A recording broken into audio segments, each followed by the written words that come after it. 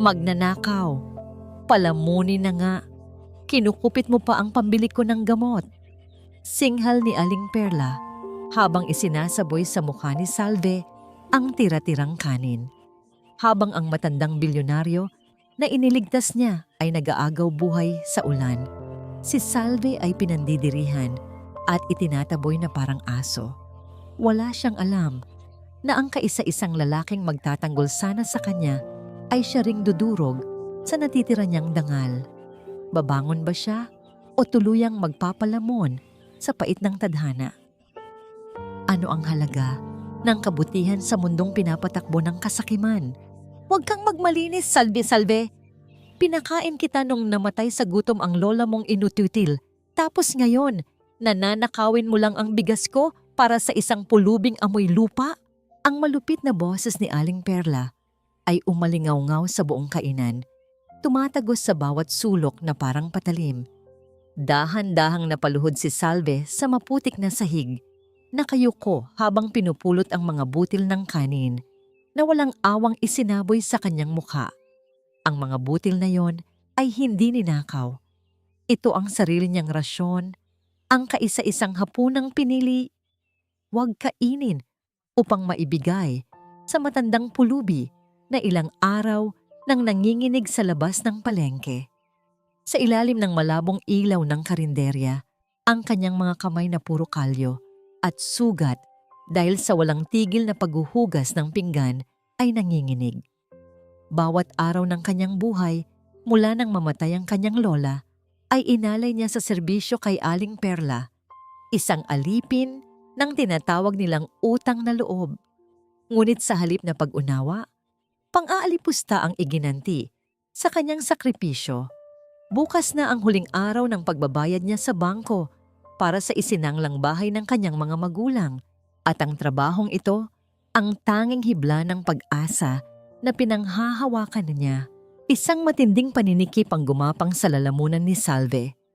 Parang may mabigat na batong dumagan sa kanyang dibdib, pumipigil sa kanyang paghinga. Ang malamig na putik sa sahig ay tumagos sa tuhod ng kanyang lumang maong, ngunit mas naramdaman niya ang pamamanhid ng kanyang buong katawan. Walang luhang pumatak mula sa kanyang mga mata dahil ang pinakamasidhing pighati ay hindi marunong sumigaw. Ito ay tahimik na lumalamon mula sa loob. Mahigpit niyang kinuyom ang kanyang mga palad hanggang sa bumaon ang sariling mga kuko sa kanyang balat. Sinusubukang isalin ang sakit ng kanyang kaluluwa sa sakit ng kanyang pisikal na katawan. Bakit ang taong pinagkakautangan mo ng loob ang siyang may pinakamalaking karapatang lapastanganin ang iyong pagkatao? Lumapit si Elsa, ang kapwa niya tindera, na may mapangutyang ngiti sa mga labi habang dahan-dahang pinupunasan ng isang mesa. Naku, Aling Perla, ganyan talaga kapag walang kinagisnang magulang. Walang nagturo ng magandang asal. Mabuti pang palayasin niyo na. Yan bago pa niya limasin ang kahan natin. Ang mga salitang yon ay parang lason na tuluyang pumatay sa natitirang pasensya ni Aling Perla. Hinablot ng matanda ang braso ni Salve. Kinaladkad siya nang walang awa patungo sa pinto at buong lakas siyang itinulak palabas. Nawalan ng balanse si Salve at bumagsak ang kanyang mga tuhod sa magaspang at basang semento ng kalsada. Lumayas ka at huwag na huwag mo nang ipapakita ang pagmumukha mo rito kung ayaw mong ipakulong kita. Ang walang awang pagbagsak ng pinto na isinara ni Aling Perla ay tila naging hudyat ng pagbuhos ng isang napakalakas na unos. Ang malamig na ulan ay nagsimulang bumuhos, tila libu-libong karayom na walang habas na tumutusok sa manipis na balat ni Salve. Basang-basa at nanginginig, dahan-dahan siyang tumayo at naglakad pa uwi. Wala siyang dalang payong, wala siyang maayos na sapin sa paa. Tanging ang bigat ng kanyang mga problema ang kanyang kasama sa bawat hakbang patungo sa isang bahay na malapit na ring bawiin sa kanya. Pagdating niya sa kanilang lumang tahanan, sinalubong siya ng amoy ng inaamag na kahoy at nabasang lupa. Ang tubig mula sa butas na bubong ay walang tigil na naiipon sa mga lumang timba. Lumilikha ng isang malungkot, at paulit-ulit na himig ng kahirapan. Dumiretso siya sa sulok ng kanyang kwarto kung saan nakatago ang isang maliit na alkansyang luwad. Wala siyang inaksayang oras. Kumuha siya ng isang mabigat na bato at buong lakas na inihampas ito sa alkansya. Nawasak ang luwad, nagkalat ang mga barya at ilang lukot na papel na pera sa sahig na kawayan. Umupo siya at sinimulang bilangin ang bawat sentimo. Hindi alintana ang maliit na sugat sa kanyang daliri na nagmula sa matalas na bahagi ng nabasag na luwad. 10, 20, 50. Inipon niya ito ng halos 1 taon. Ito ang kaisa-isang pambayad niya para sa interes ng bangko bukas. Kapag naibigay niya ito, hindi masisiil ang bahay ng kanyang mga magulang. Ito na lamang ang tanging alaala na naiwan sa kanya. Kinaumagahan, binalot ni Salve ang mga barya at ilang pirasong papel sa isang lumang plastik. Mahigpit niya itong hawak sa kanyang dibdib habang naglalakad sa maputik na daan patungo sa kabayanan. Ngunit sa kalagitnaan ng kanyang paglalakbay, natigilan siya. Sa gilid ng kalsada, malapit sa isang tumpok ng basura, nakahandusay ang matandang pulubi. Puti na ang mga labi nito, nanginginig ang buong katawan at halos hindi na makahinga. Ang mga taong nagdaraan ay pilit na umiiwas, tinatakpan ng kanilang mga ilong at walang sino mang nagtangkang tumulong. Tumibok ng mabilis ang puso ni Salve. Tiningnan niya ang plastik ng pera sa kanyang kamay. Ang perang ito ay para sa kanyang bahay. Ang perang ito ay ang kanyang kinabukasan, ang kanyang nag-iisang kanlungan. Kung gagastusin niya ito sa isang estranghero, mawawalan siya ng tirahan. Ngunit nang makita niya ang panginginig ng kamay ng matanda na tila humihingi ng saklolo sa hangin, isang masakit na kurot ang naramdaman niya sa kanyang dibdib. Hindi niya kayang talikuran ng isang buhay. Mabilis siyang tumakbo papalapit sa matanda. Hinawakan ang nanlalamig nitong balikat at humingi ng tulong upang maisakay ito sa isang dumadaang tricycle.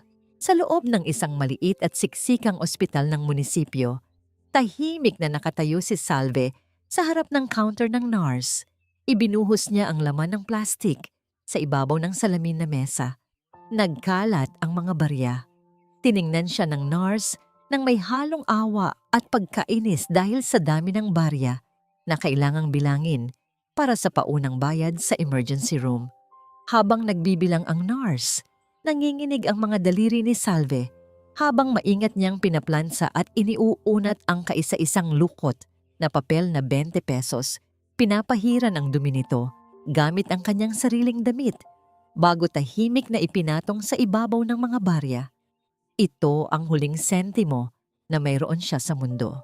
Nang ilipat ng mga attendant ang matanda sa isang kama, may isang maliit na bagay na nahulog mula sa mahigpit nitong pagkakahawak.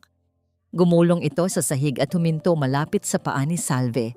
Yumuko siya upang pulutin ito. Isa itong lumang singsing na gawa sa berdeng jade, napapalibutan ng mga kumupas na gintong ukit. Bahagyang kumunot ang noo ni Salve.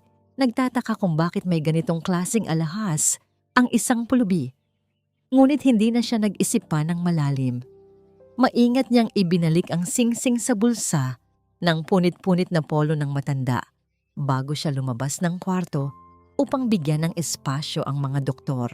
Mula sa malamig na pasilyo ng ospital, habang nakaupo at pinapanood ang patak ng ulan sa labas ng bintana, tila nararamdaman ni Salve ang unti-unting pagguho ng kanyang nag-iisang kanlungan.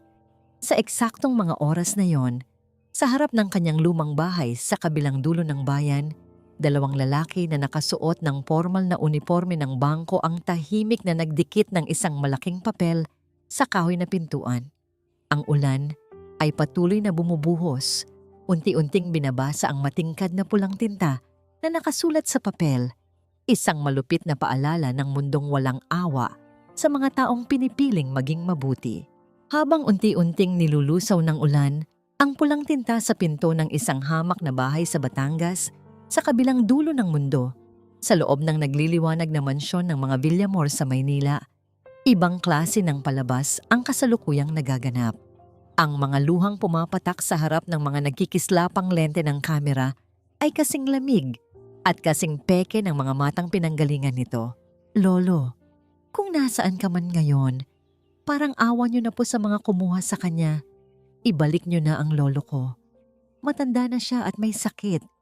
Ibibigay namin ang lahat ng hinihingi ninyo, ang lahat ng pera. Huwag niyo lang siyang sasaktan. Ang boses ni Doña Clarissa ay nanginginig, puno ng matinding pighati at pagmamakaawa habang nakaharap sa mga mamamahayag. Nakasuot siya ng itim na bestida.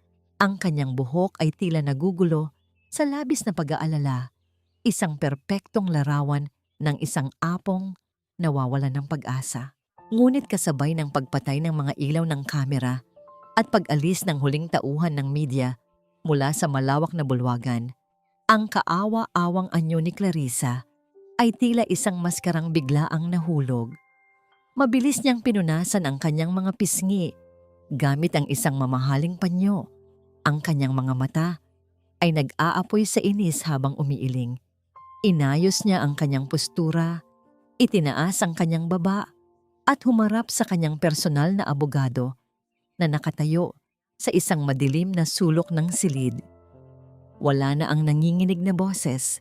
Pinalitan ito ng isang malamig at autoritaryong tono na kayang magpatayo ng balahibo ng sino mang makakarinig. My God, I hate doing this cheap drama. Siguraduhin mong bukas na bukas din ay nakahanda na ang mga papeles para sa emergency board meeting.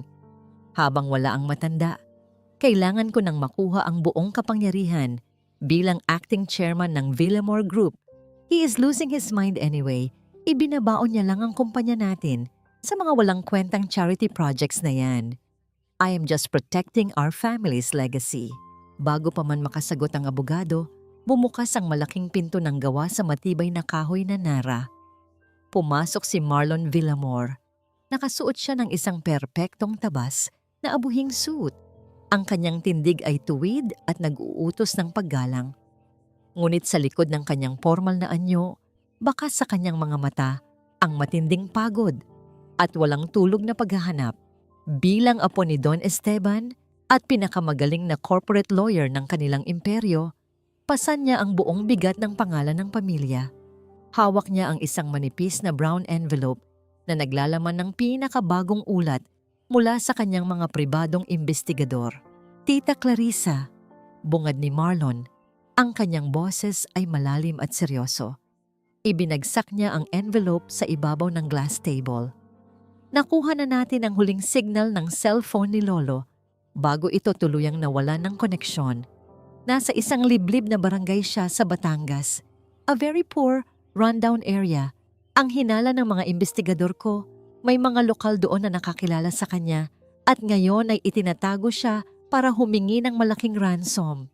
Isang mabilis na pagkislap ng kaba ang dumaan sa mga mata ni Clarissa. Ngunit mabilis niya itong itinago sa likod ng isang malalim na buntong hininga. Nilapitan niya ang kanyang pamangkin at marahang hinawakan ang braso nito, ginagamit ang pinakamalambing ngunit pinakamatapang niyang tinig upang maghasik ng lason sa isipan nito. See? I told you, Marlon. You know how those people are. Ang mga taong walang makain, halang ang bituka niyan. Wala silang sinasanto, wala silang pakialam sa kalagayan ng lolo mo.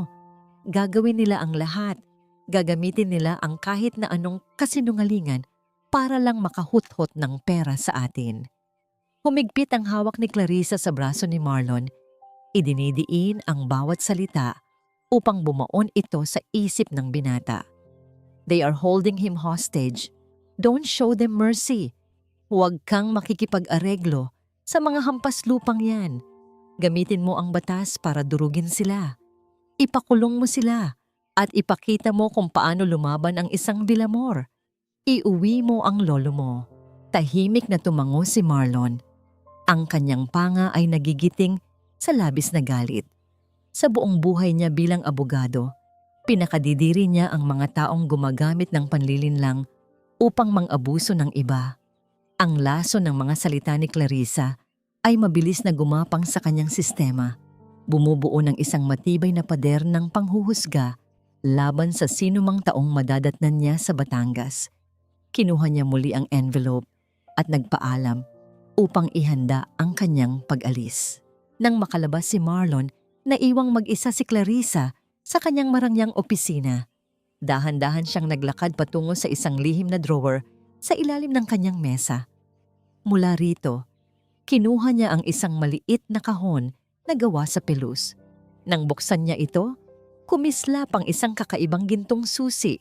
Isang mapangiting puno ng kasamaan ang sumilay sa kanyang mga labi.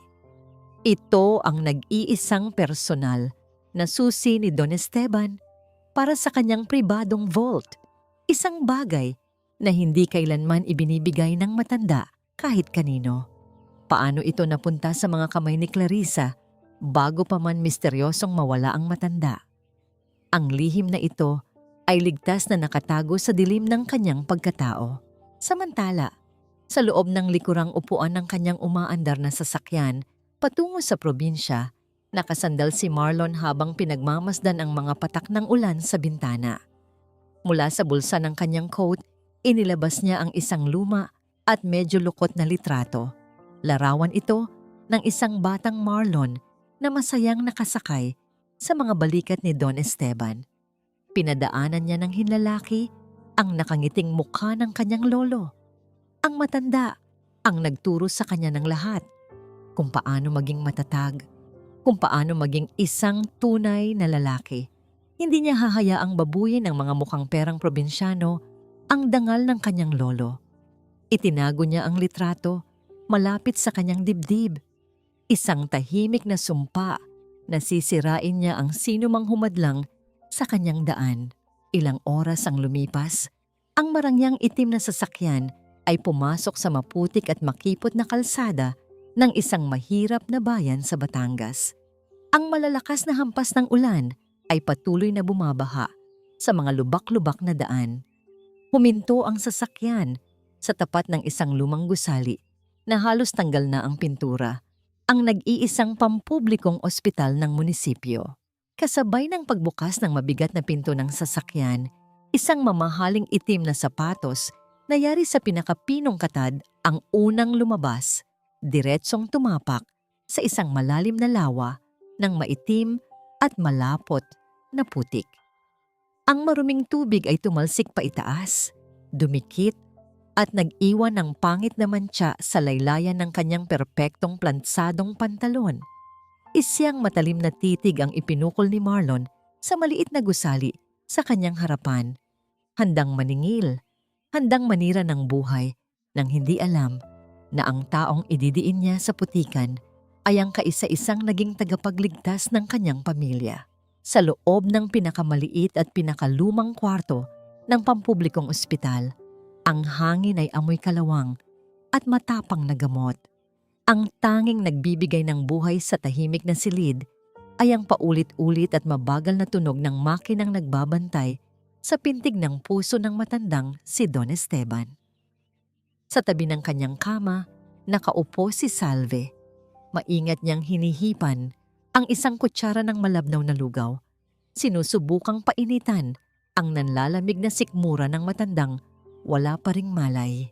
Bawat patak ng mainit na sabaw na nakakapasok sa bibig nito ay katumbas ng isang tahimik na panalangin mula sa dalaga. Ibinigay niya ang kanyang lahat, ang kanyang trabaho, ang kanyang pera, at ang kanyang kinabukasan upang dugtungan ang hininga ng estrangherong ito. Ngunit ang kapayapaan ng sandaling iyon ay marahas na winasak. Ang lumang pintuan ng kwarto ay malakas na itinulak pabukas. Yumanig ang mga kalawanging bisagra nito hanggang sa tumama ang kahoy sa semento. Pumasok si Marlon.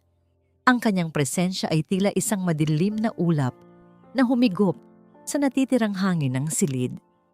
Sa likod niya ay dalawang malalaking lalaki na nakasuot ng itim, nagbabantay sa bawat galaw sa loob. Ang matalim na paningin ni Marlon ay agad na dumapo kay Salve. Sinusuri ang gusgusin nitong damit at ang pagod nitong mukha. Sa kanyang isipan na lason na ng mga kasinungalingan ni Clarissa, ang babaeng nasa kanyang harapan ay hindi isang anghel ng awa, kundi isang sanay na manloloko na naghihintay ng malaking pabuya. Mabilis na humakbang si Marlon palapit. Mula sa loob ng kanyang mamahaling coat, inilabas niya ang isang makapal na sobrang naglalaman ng bulto ng pera at walang awang inihagis ito ng direkta sa mukha ni Salve. Ang mga buo at malulutong na 1,000 piso ay nagkalat sa sahig, isang nakakainsultong kaibahan sa mga lukot na 20 pesos at may itim na barya na ibinayad ni Salve kanina para sa paunang lunas. "You people make me sick!" Malamig na bati ni Marlon. Ang kanyang boses ay tila patalim na unti-unting hinihiwa ang pagkatao ng dalaga. "Gagamitin niyo pa ang isang matandang walang kalaban-laban para lang makapanghutot ng pera. Magkano ba ang kailangan mo para tigilan ang palabas na ito? Kulang pa ba iyan para sa ransom na hinihingi ng sindikato ninyo?" Napatayo si Salve sa labis na pagkabigla. Ang mangkok ng lugaw ay dumulas mula sa kanyang nanginginig na mga kamay, bumagsak at nagkadurog-durog sa matigas na sahig. Tumingin siya sa mga nagkalat na pera, pagkatapos ay itinaas ang kanyang paningin sa matangkad na lalaking humusga sa kanya nang hindi man lang nagtatanong. Pinilit niyang hanapin ang kanyang boses mula sa lalamunang tuyot na tuyot dahil sa takot at pagkalito. "Sir, nagkakamali po kayo. Wala po akong sindikato. Nakita ko lang po siyang nakahandusay sa kalsada. Save your breath for the police." Marahas na putol ni Marlon, hindi binibigyan ng puwang ang anumang paliwanag. "Huwag mong insultuhin ang talino ko. Pinag-aralan ko ang mga katulad mo. Magkukunwaring mabuting Samaritano. Tapos kapag nalaman ninyong bilyonaryo ang iniligtas ninyo, magdedemand kayo ng pabuya na kayang bumili ng buong pagkatao ninyo. Take the money and leave my grandfather alone bago pa ako mawalan ng pasensya at ipapulot kita sa mga pulis." Isang mabigat na katahimikan ang bumalot kay Salve. Bawat salitang binitawan ni Marlon ay sumampal sa natitira niyang dignidad. Siya na isinangla ang kinabukasan. Siya na nawalan ng trabaho. Siya na nagpakagutom. Ngayon ay tinatawag na mangingikil. Dahan-dahan siyang yumuko, ngunit hindi para pulutin ang mga 1,000 piso na nagkakahalaga ng higit pa sa kailangan niyang pambayad sa bangko. Sa halip, isa-isa niyang pinulot ang mga basag na piraso ng mangkok at ang mga natapong kanin. Nang tumayo siya, hinarap niya si Marlon. Wala ni isang patak ng luha sa kanyang mga mata.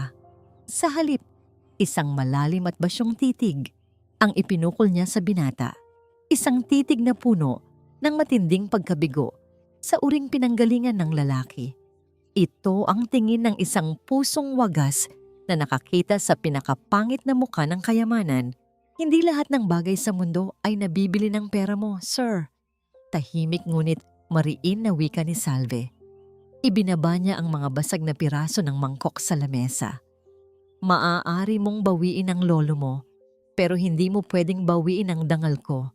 Hindi ko kailangan ng limos galing sa taong kasing dalita mo ang pag-uugali." Tinalikuran niya si Marlon at dahan-dahang naglakad palabas ng kwarto. Ang bawat hakbang niya ay puno ng paninindigan, kahit pahapong-hapon na ang kanyang katawan. Sa di kalayuan, mula sa madilim na hamba ng pintuan, ang matandang doktor ng munisipyo ay tahimik na nagmamasid. Nakilala niya ang matalim na panga at ang mapagmataas na tindig ni Marlon. Kamukhang kamukha ito ng litrato sa pahayagan ng mga Villamor. Ngunit pinili ng matandang doktor na humakbang paatras patungo sa dilim, isinara ang kanyang bibig, tila nauunawaan na ang matinding galit ng binata ay hindi mapapayapa ng anumang katotohanan sa sandaling iyon. Samantala, naiwang nakatayo si Marlon. Ang kanyang panga ay nag-igting sa labis na inis. Ang pagtanggi ni Salve sa pera ay hindi niya nakita bilang katapatan, kundi isang mas malalim na uri ng pagmamanipula. Sa isip niya, gusto pa nitong magpataas ng presyo. Isang malamig na ngiti ng puot ang gumuhit sa kanyang labi. Kinuha niya ang kanyang cellphone at mabilis na tinawagan ang isa sa mga tauhan niyang nag-imbestiga sa background ni Salve bago siya dumating sa Batangas. Nalaman niya ang kahinaan nito, ang nag-iisang bagay na pinoprotektahan nito bukod sa sariling buhay. Ikonekta mo ako sa branch manager ng bangko na may hawak ng utang ni Salve Rosario. Utos ni Marlon, ang tinig ay walang anumang bakas ng awa. Ilang saglit pa ay sumagot ang nasa kabilang linya. This is Attorney Marlon Villamor. Bibili ng kumpanya ko ang utang ng babaeng yan. I-foreclose nyo ang bahay niya. Ngayon din, wala akong pakialam kung umuulan at kung gabi na. Gusto kong matulog siya sa kalsada ngayong gabi upang malaman niya kung sino ang kinakalaban niya. Hindi niya inisip ang magiging epekto nito. Ang tanging mahalaga sa kanya ay madurog ang taong nanlinlang sa kanyang lolo. Ibinaba niya ang telepono mula sa kanyang tainga. Ang tanging narinig na lamang ay ang malamig na pagpatay ng tawag. Ang malamig na simoy ng gabi ay tila pumupunit sa manipis na damit ni Salve habang mabagal siyang naglalakad pabalik sa kanyang barangay. Bawat paghakbang ng kanyang mga paang nakabalot na lamang sa numinipis na tsinelas ay sumasabay sa pagbigat ng kanyang dibdib. Umaasa siyang sa pag-uwi niya. Kahit papaano ay masisilungan niya ang tumutulong bubong at mayakap ang alaala ng kanyang mga magulang. Ngunit ang pag-asang ito ay marahas na pinatay nang makarating siya sa tapat ng kanilang lote. Sa ilalim ng malabong ilaw ng poste, tumambad kay Salve ang isang eksenang dumurog sa natitirang piraso ng kanyang puso. Ang pintuan ng kanyang minamahal na tahanan ay nakakandado na gamit ang isang malaki at bagong kadena. Nakapaskil sa gitna ng pinto ang isang malaking papel mula sa bangko na nagdedeklara ng tuluyang pagbawi sa ari-arian. Ang mas nakadudurog ay ang mga gamit niya na walang awang inihagis palabas. Ang kanyang lumang kutsyon, ang mga sirang upuan, ang mga damit na inipon niya ng maraming taon. Lahat ay nakakalat at nakalubog sa maitim na putikan ng kalsada. Sa mga gilid-gilid, hindi nawawala ang mga matang mapanghusga at mga bibig na walang preno. Ang mga kapitbahay na dati niyang binabati araw-araw ay nakatayo sa kanilang mga balkonahe, nagbubulungan at nagpapalitan ng mga makamandag na kuro-kuro. Ayan kasi, nag-aambisyong umangat. Dinig na dinig ni Salve ang matinis na boses ng isang ginang mula sa kabilang kanto. Nakita daw yan sa ospital na nakikipag-away sa isang mayamang lalaki. Baka kung anong panggagansyo ang ginawa sa matandang dinala niya doon, tapos nahuli ng pamilya. Kaya ayan, pinalayas tuloy sa sariling bahay. Karma nga naman. Ang mga salitang iyon ay parang mga kutsilyong nakatarak sa kanyang likuran, ngunit pinili ni Salve na isara ang kanyang tainga. Wala na siyang pakialam sa sasabihin nila. Wala siyang pakialam sa mga damit niya o sa mga lumang muebles. Isa lang ang hinahanap ng kanyang nagpapanik na mga mata. Tumakbo siya patungo sa bunton ng mga itinapong gamit at nagsimulang maghukay gamit ang kanyang mga nakakalyong kamay. Hinawi niya ang mga basang unan at mga sirang kahoy, hindi alintana, ang mga gasgas na natatamo ng kanyang balat mula sa mga pako. Hinahanap niya ang kaisa-isang bagay na nagpapatunay na minsan sa buhay niya, meron siyang pamilyang nagmamahal sa kanya. Muling bumuhos ang malakas na ulan, tila nakikisabay sa pag-iyak ng kalangitan.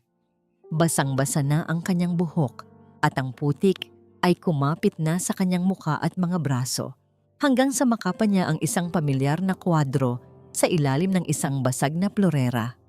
Nabasag na ang salamin nito at ang kahoy na gilid ay bali na. Dahan-dahan niya itong hinugot mula sa putik. Ito ang larawan ng araw ng kasal ng kanyang mga magulang. Ang kalahati ng mukha ng kanyang ina ay natakpan ng maitim at malapot na dumi ng kalsada. Nanginig ang mga balikat ni Salve. Umupo siya sa gitna ng ulan, hinawakan ng mahigpit ang kwadro, at ginamit ang laylayan ng kanyang basang-basang damit upang maingat na punasan ng putik sa mukha ng kanyang ina. Bawat hagod niya sa litrato ay may kasamang tahimik na paghikbi na nalulunod sa pagbagsak ng ulan. Wala siyang sinisisi, Hindi niya sinisisi ang matandang tinulungan niya. Ngunit sa sandaling ito, hindi niya mapigilang tanungin ang langit kung naging makatarungan ba ito sa kanya. Tumayo siya, yakap-yakap ang litrato laban sa kanyang dibdib at naglakad patungo sa isang saradong tindahan sa kanto upang sumilong sa maliit na azotea nito. Umupo siya at niyakap ang kanyang sariling mga binti. Sinusubukang manghiram ng init mula sa sariling katawan na unti-unti nang nanlalamig. Sa di kalayuan, sa isang madilim na bahagi ng kalsada, nakaparada ang isang marangyang sasakyan. Ang makina nito ay tahimik na umaandar. Sa loob ng sasakyan, sa likod ng madilim na salamin na hindi nasisilip mula sa labas, nakaupo si Marlon. Pinasdan niya ang buong eksena, ang pagbasag ni Salve sa putikan, ang mga tsismis ng kapitbahay, at ang pagkakaupo nito sa malamig na semento. Sa kanyang isipan, ito ang tamang parusa para sa isang taong nanloko sa kanyang pamilya. Walang puwang ang awa sa puso ng isang abogadong sanay na sa panlilin lang ng mga tao. Ipinihit niya ang manibela at dahan-dahang pinaalis ang sasakyan. Iniiwan ang babae sa gitna ng unos. Ngunit hindi alam ni Marlon at mas lalong hindi alam ni Salve na may isa pang matang nakamasid sa ilalim ng isang malaking puno, hindi kalayuan sa tindahang sinisilungan ni Salve. May isang maitim na anino ng isang tao. Nakasuot ito ng itim na kapote at may hawak na payong. Ang taong ito ay tahimik na nagmamasid sa nangyayari habang nagsusulat sa isang maliit na kwaderno kahit sa gitna ng ulan. Sino ang taong ito at ano ang kanyang motibo? Walang nakakaalam. Patuloy ang walang awang pagpatak ng ulan. Ang lamig ay unti-unting pumasok sa mga buto ni Salve. Nagsimulang manginig nang matindi ang kanyang buong katawan. Isang mainit na pakiramdam ang nagsimulang bumalot sa kanyang ulo. Ang kanyang paningin ay unti-unting lumalabo. Bago pa man niya maisip kung paano sasalubungin ang umaga, ang lagnat ay tuluyang umalipin sa kanyang humihinang sistema. Bumigay ang kanyang katawan, dahan-dahang natumba sa malamig na semento. Ang kwadro ng kanyang mga magulang ay nanatiling mahigpit na nakadikit sa kanyang dibdib. Ang kanyang mahinang paghinga sa gitna ng malamig na ulan. Ang liwanag ng umaga ay sumilip mula sa makapal na ulap. Ngunit hindi nito kayang painitin ang nanlalamig na katawan ni Salve. Nagising siyang nakahiga sa matigas na kahoy ng isang waiting shed. Malapit sa paradahan ng mga tricycle, hindi niya matandaan kung paano niya naihilagpos ang sarili mula sa malamig na semento kagabi habang inaapoy ng lagnat. Ang bawat paghinga niya ay may kasamang kirot sa dibdib at ang kanyang sikmura ay kumikirot sa matinding gutom. Nanginginig niyang ipinasok ang kanyang kamay sa bulsa ng kanyang basang maong. May nakapa siyang isang malamig na bilog na metal, isang barya, isang 5 piso. Ito na lamang ang buong yaman niya sa mundo. Pilit niyang itinayo ang kanyang mahinang katawan. Sa paglalakad niya sa gilid ng kalsada, dinaanan niya ang karinderya ni Aling Perla. Ang amoy ng mainit na sinangag at pritong itlog ay humaplos sa kanyang pangamoy. Isang malupit na tukso sa kanyang nagre-rebelding sikmura. Napahinto siya saglit, nakatingin sa mga nakasalansang pagkain. Ngunit hindi pa man siya nakakalapit, lumabas si Aling Perla bitbit ang isang palanggana. Walang atubiling isinaboy ng matanda ang maruming tubig na pinaghugasan ng mga plato sa kalsada. Muntik nang matalsikan ang mga paa ni Salve. Tiningnan siya ng matanda mula ulo hanggang paa na may halong pandidiri. Bago tinalikuran at pabalagbag na isinara ang maliit na tarangkahan, yumuko na lamang si Salve at ipinagpatuloy ang paglalakad palayo sa lugar na minsang tinawag niyang trabaho. Imbes na pumunta sa panaderya upang ipambili ng tinapay ang kanyang huling barya, dinala siya ng kanyang mga paa pabalik sa pampublikong ospital. Sa kabilang dulo ng pasilyo, nakatayo sa isang madilim na sulok si Marlon. Maaga siyang bumalik, nakabantay na parang isang ahente ng batas na nag-aabang sa susunod na hakbang ng mga taong inaakala niyang kidnapper. Nang makita niyang papasok si Salve, humigpit ang hawak niya sa kanyang braso. Tiningnan niya itong mabuti. Ang dalaga ay mukhang isang taong pinabayaan ng mundo. Puno ng putik ang damit, namumutla ang mga labi, at halos hindi na makatayo ng tuwid dahil sa matinding lagnat. Ngunit sa halip na pumunta sa kwarto ni Don Esteban upang mag-alok ng panibagong kasunduan, huminto ito sa counter ng nurse. Tahimik na nagmasid si Marlon, pilit na pinakikinggan ang usapan. Dahan-dahang inilapag ni Salve ang huling 5 piso sa ibabaw ng salamin na mesa. Tumingin siya sa nurse. Ang kanyang boses ay paos at halos isang bulong na lamang. "Miss, pasensya na po. Pwede po bang makisuyo? Ibili niyo po sana ng kahit anong murang gamot na pangalis ng kirot ang matanda sa loob. Alam ko pong kulang ito, pero baka sakaling may pinakamura kayo dyan para hindi na siya mahirapan." Nagangat ng tingin ng nurse, bakas ang awa sa mga mata nito. Tumango ito at kinuha ang barya nang walang maraming tanong. Ngumiti ng tipid si Salve, isang nangiting puno ng pagod, ngunit may dalang kapanatagan. Wala na siyang lakas upang pumasok at silipin ang matanda. Tinalikuran niya ang counter at dahan-dahang naglakad palabas ng ospital. Muling sinuong ang kawalan. Nang makalayo si Salve, lumabas si Marlon mula sa dilim at mabilis na nilapitan ang nurse. Ang kanyang kilay ay magkasalubong, ang boses ay puno ng pagdududa at awtoridad. Ano ang kailangan niya?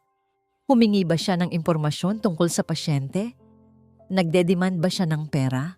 Hinarap siya ng nurse at tiningnan siya ng may halong inis, hindi alintana ang mamahaling damit at matapang na tindig ng binata. "Sir, kung kayo po ang pamilya ng pasyente, mas mabuti pang magpasalamat kayo sa babaeng iyon. Imbes na paghinalaan niyo siya, hindi siya nanghingi ng pera. Ibinigay niya ang huling barya niya para ibili ng painkiller ang lolo ninyo."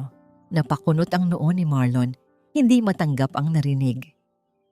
Isang palabas lang yan. Siguradong may malaki siyang hinihintay na kapalit mula sa mga kasamahan niya. Bumuntong hininga ang nurse, binuksan ang drawer at inilabas ang resibo at ang logbook ng emergency room. Iniharap niya ito kay Marlon. "Sir, walang sindikato. Tingnan ninyo iyan. Nang dalhin niya rito ang lolo ninyo kagabi, wala siyang pambayad. Alam niyo ba kung ano ang ibinayad niya para ma-admit ang matanda? 1 kilong barya na puro 5 at piso at ilang lukot na 20 pesos. Mukhang binasag pa niya ang sarili niyang alkansya para mailigtas ang lolo ninyo. Sila lang 2 ang pumunta rito. Wala siyang hinihinging kapalit." Parang isang mabigat na bato ang bumagsak sa ulo ni Marlon. Tinitigan niya ang logbook. Tinitigan niya ang mga nakasulat na halaga. Bawat salita ng nurse ay unti-unting gumugiba sa matibay na pader ng kanyang paninindigan. Naglakad siya patungo sa kwarto ni Don Esteban, parang isang taong nawawalan ng direksyon. Pagkapasok niya, ang una niyang napansin ay hindi ang mga mamahaling makina na idinikit ng kanyang mga tauhan, kundi ang isang maliit at murang tableta ng gamot na nakapatong sa gilid ng kama ng bilyonaryo. Isang gamot na binili mula sa huling yaman ng babaeng itinaboy niya sa kalsada kagabi. Liningon niya ang pinto kung saan lumabas si Salve. Isang kakaibang pagtibok ang naramdaman niya sa kanyang dibdib. Isang paninikip na hindi nagmumula sa galit, kundi sa isang nakakapasong konsensya. Sa gitna ng kanyang pagtulala, nagsimulang yumanig ng walang tigil ang kanyang cellphone mula sa bulsa ng kanyang pantalon. Sunod-sunod ang pagpasok ng mga tawag mula sa telepono sa mansyon ng mga Villamor. Sino ang patuloy na tumatawag sa ganitong kaagang oras at anong madilim na balita ang nais nilang iparating? Bago pa man niya madukot ang telepono, isang matalim at nakakabinging ingay ang biglang sumakop sa buong silid. Ang linyang nagbabantay sa pintig ng puso ni Don Esteban sa monitor ay biglang naging isang tuwid na guhit. At ang makina ay naglabas ng walang patid at pantay na tunog ng kamatayan. Mabilis na bumukas ang pinto at nagkandara pang pumasok ang mga doktor at nurse. Itinataboy si Marlon papalabas upang iligtas ang nag-aagaw buhay na matanda. Ang oras ay tila huminto sa loob ng malamig na pasilyo ng ospital habang nag-aagaw buhay si Don Esteban sa loob ng emergency room. Ang bawat paglabas at pagpasok ng mga nurse ay nagdadala ng matinding kaba sa dibdib ni Marlon. Makalipas ang higit sa 1 oras ng paghihintay na tila isang buong dekada, lumabas ang punong doktor na pawisan ngunit may dalang pamilyar na pahiwatig ng kaluwagan sa kanyang mukha. Ligtas na ang matanda. Pumasok si Marlon sa kwarto. Ang kanyang mga hakbang ay mabibigat, ngunit puno ng determinasyon. Dahan-dahang iminulat ni Don Esteban ang kanyang mga mata, sinalubong ng puting kisame at ng bulto ng kanyang paboritong apo. Mabilis na lumapit si Marlon, hinawakan ng mahigpit ang nanginginig na kamay ng matanda at pinigilan ang pagtulo ng kanyang mga luha. Isang malalim na buntong hininga ng pasasalamat ang kanyang pinakawalan. "Lolo, nandito na ako. Ligtas na kayo," malumanay na wika ni Marlon. Ang boses ay puno ng pag-ibig at katapatan ng isang kadugo. "Huwag na po kayong mag-alala. Inayos ko na ang lahat. Ipinaimbestigahan ko na ang babaeng nagdala sa inyo rito. Sigurado akong sindikato sila na naghihintay ng malaking ransom. Pero huwag kayong matakot. Siniguro kong hindi na siya makakalapit. Ipinasara ko na ang bahay niya at ipapakulong ko siya dahil sa ginawa niyang pangingikil sa pamilya natin." Sa halip na makita ang kapanatagan sa mukha ng kanyang lolo, isang nakapangingilabot na katahimikan ang bumalot sa buong silid. Unti-unting nanlaki ang mga mata ni Don Esteban, hindi dahil sa sakit ng kanyang katawan, kundi sa matinding pagkabigla at nagliliyab na galit. Marahas niyang binawi ang kanyang kamay mula sa pagkakahawak ng kanyang apo. Ginamit ng matanda ang kanyang natitirang lakas upang iangat ang kanyang nanginginig na braso at buong higpit na inihampas ang kanyang palad sa pisngi ni Marlon. Ang lakas ng pagkakatama ay nag-iwan ng pulang marka sa mukha ng mapagmataas na abogado. Napatigil si Marlon, halos hindi makahinga sa gulat. Sa buong buhay niya, hindi siya kailanman sinaktan ng kanyang lolo. "Mabulag ka na sana sa sarili mong kayabangan, Marlon." Paos ngunit matalim na sumbat ni Don Esteban.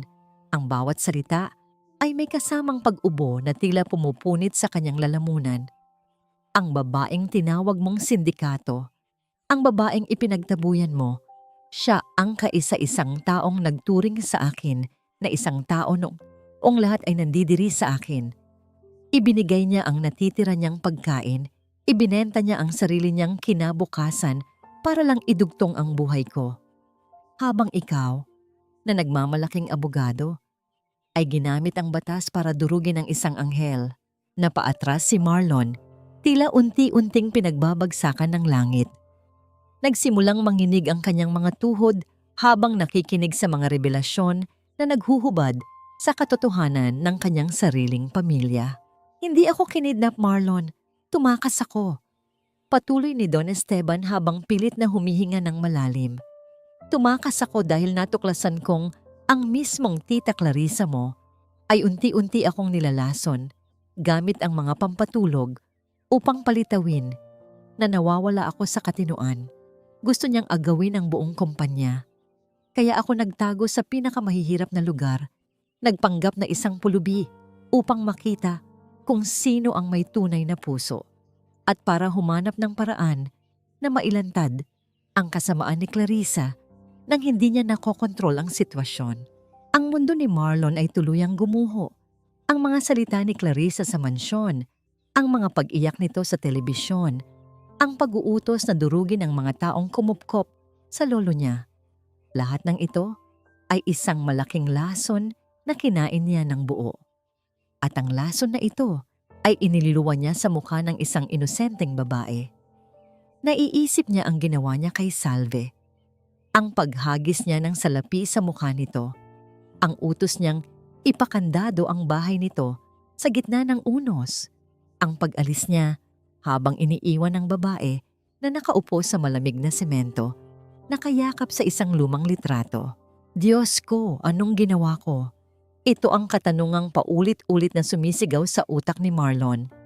Isang mainit na likido ang namuo sa kanyang mga mata hanggang sa tuluyang bumagsak ang isang patak ng luha. Gumuhit sa kanyang pisngi pababa sa kanyang panga. Ito ang unang luha ng matinding pagsisisi mula sa isang lalaking kinilala sa kanyang kawalan ng emosyon. Ang konsensya ay parang asidong dahan-dahang umuukit sa kanyang kaluluwa. May isang taong nagbabantay ng mga ebidensya laban sa tita mo sa loob ng mansyon, naghihintay lamang ng hudyat ko. Mahinang wika ni Don Esteban, naubusan na ng lakas at muling sumandal sa mga unan. Pero bago nating asikasuhin ang kumpanya, hanapin mo ang batang yun, Marlon. Hanapin mo si Salve. Dahil kung may mangyaring masama sa kanya dahil nakamba mo, kayabangan mo, kalimutan mo na may lolo ka. Hindi na sumagot si Marlon. Mabilis siyang tumalikod at patakbong lumabas ng ospital. Halos liparin niya ang madilim at basang kalsada gamit ang kanyang sasakyan pabalik sa bayan. Pinatakbo niya ang makina sa pinakamabilis nitong limitasyon. Ang kanyang puso ay kumakabog ng mas mabilis kaysa sa sasakyan.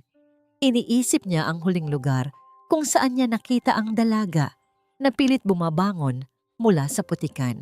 Bumaba siya ng sasakyan at naghahanap sa gilid ng madilim na kalsada malapit sa bilihan ng panaderya. Sa ilalim ng waiting shed, sa mga madidilim na eskinita. "Salvie!" Sigaw niya sa gitna ng malamig na hangin, ngunit walang sumasagot. Hanggang sa matuon ang kanyang paningin sa isang partikular na sulok ng waiting shed kung saan huling nakita niya itong nakasandal ng umaga. Wala si Salve. Ang tanging naiwan doon ay ang lumang kwadro ng litrato na may basag na salamin.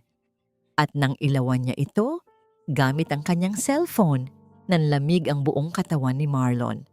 Sa ilalim ng kwadro, sa ibabaw ng malamig at magaspang na semento, ay isang maliit na bukol ng sariwang dugo na inaanod na ng manipis na daloy ng ulan.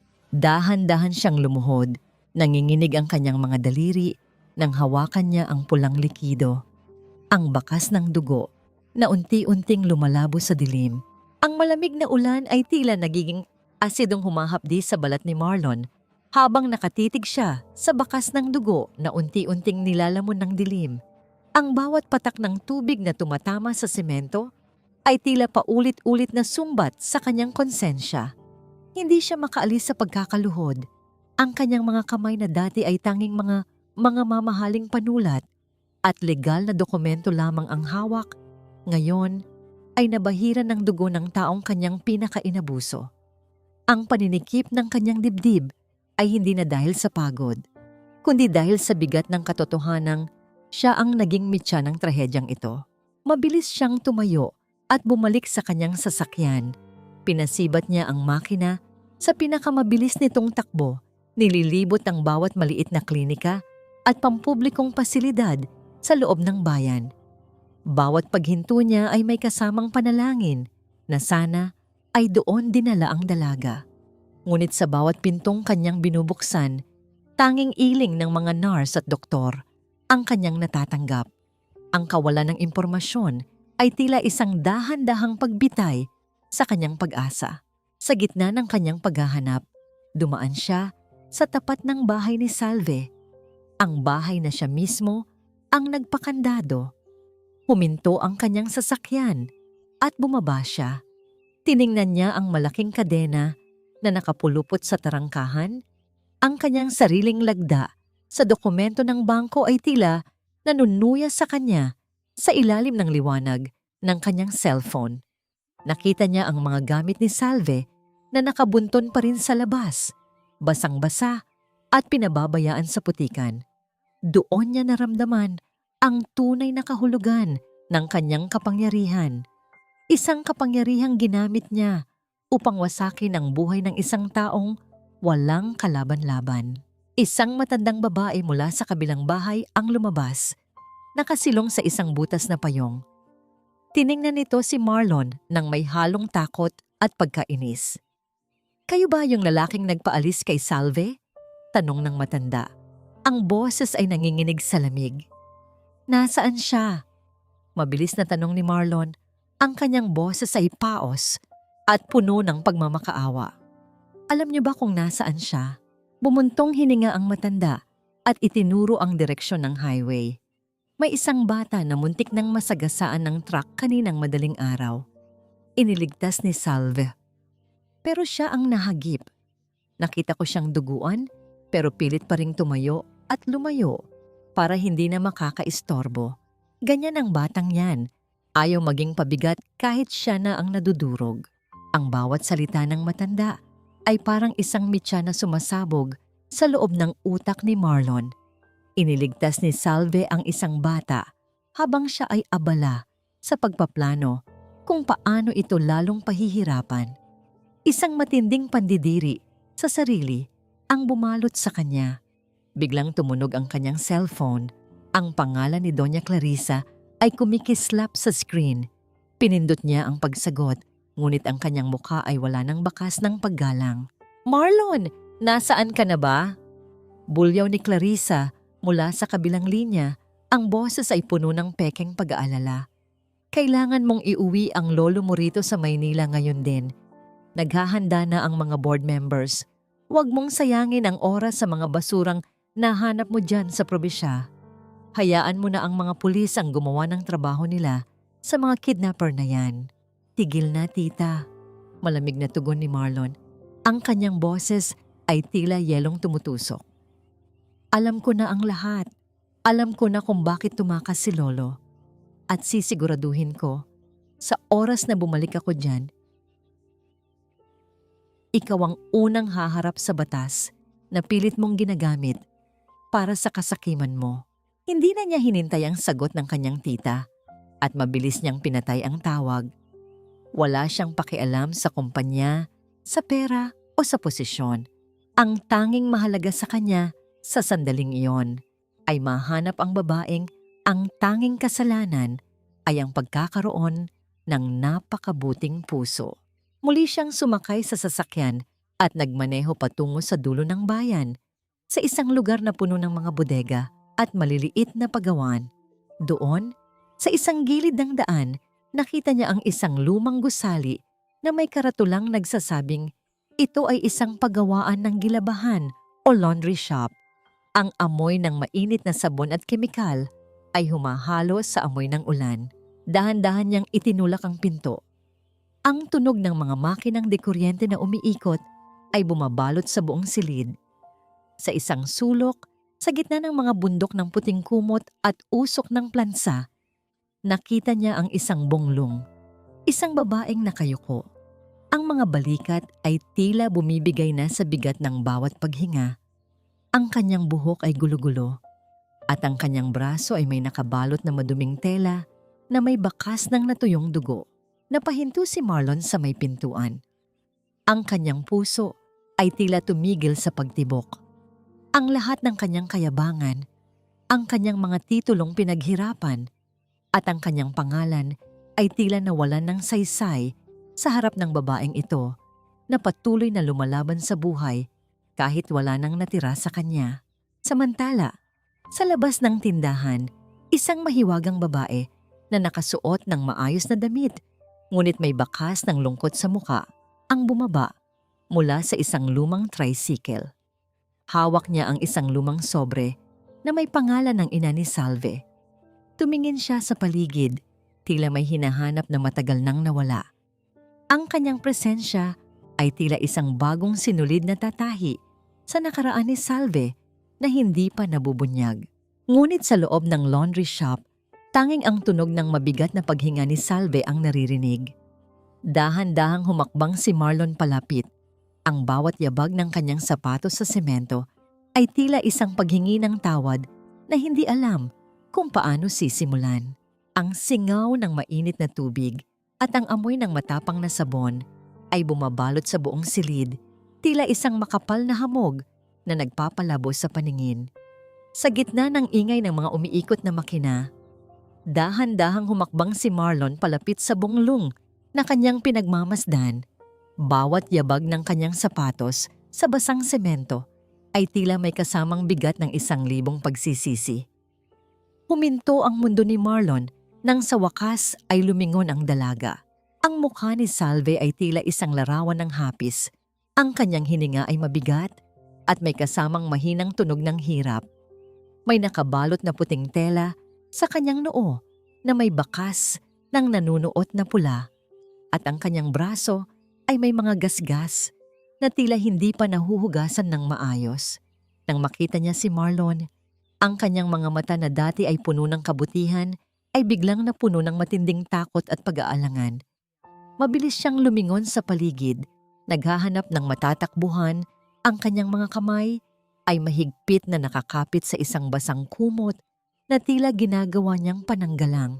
"Salve!" Ang boses ni Marlon ay nanginginig, malayo sa dating malamig at mapagmataas na tono ng isang abogado. "Huwag kang matakot. Hindi ako narito para saktan ka." Lalong umatras si Salve hanggang sa tumama ang kanyang likod sa mainit na pader ng isang gumaganang makina. "Ano pa ba ang kailangan niyo, sir?" Ang kanyang boses ay paos at basag. Bawat salita ay tila isang pagsusumamo. "Wala na akong bahay. Wala na akong trabaho. Wala na akong kahit na ano. Hindi pa ba sapat ang ginawa niyo sa akin?" Ang bawat salita ni Salve ay tila isang sampal sa mukha ni Marlon na mas masakit pa kaysa sa natanggap niya mula sa kanyang lolo. Hindi na niya napigilan ang kanyang sarili. Sa gitna ng madumi at basang sahig na puno ng bula ng sabon, dahan-dahang tumukod ang mga tuhod ng makapangyarihang lalaki. Ang kanyang mamahaling suit na nagkakahalaga ng libu-libong piso ay tuluyang nababad sa maduming tubig. Ngunit wala siyang pakialam. Napayuko si Marlon. Ang kanyang mga balikat ay nanginginig sa tahimik na paghikbi. "Patawarin mo ako, Salve?" Pagmamakaawa niya habang ang kanyang mga luha ay humahalo sa basang sahig. "Naging bulag ako. Pinaniwalaan ko ang mga maling akala dahil sa sarili kong kayabangan. Ako ang naging dahilan kung bakit ka nawalan ng lahat at hinding-hindi ko mapapatawad ang sarili ko kung hindi mo ako bibigyan ng pagkakataong ayusin ito." Dahan-dahang dinukot ni Marlon mula sa kanyang bulsa ang isang gintong susi at ang dokumento ng bangko. Inilahad niya ito sa harap ni Salve. Nanginginig ang kanyang mga daliri. "Ang bahay niyo. Binili ko na itong muli sa ilalim ng pangalan mo. Wala nang kukuha nito sa'yo. Nakikiusap ako. Bumalik ka na sa inyo. Huwag mo nang pahirapan ang sarili mo rito." Tinitigan ni Salve ang susi. Pagkatapos ay muling tumingin sa lalaking nakaluhod sa kanyang harapan. Sa loob ng ilang sandali, tanging ang tunog ng pag-ikot ng mga makina ang namayani sa silid. Isang mapait na ngiti ang gumuhit sa mga labi ng dalaga. Isang nangiting puno ng sugat na hindi kayang gamutin ng anumang material na bagay. Dahan-dahan siyang umiling. "Ang tingin niyo ba, sa lahat ng bagay ay may presyo, sir?" Ang kanyang tinig ay biglang naging matatag, puno ng isang uri ng kapangyarihan na hindi nanggagaling sa yaman, kundi sa dignidad. "Binili niyo ang bahay ko dahil sa konsensya niyo, hindi dahil sa respeto sa akin. Gusto niyo lang pagaanin ang pakiramdam niyo." Huminga ng malalim si Salve. Tinitiis ang kirot sa kanyang sugatang noo.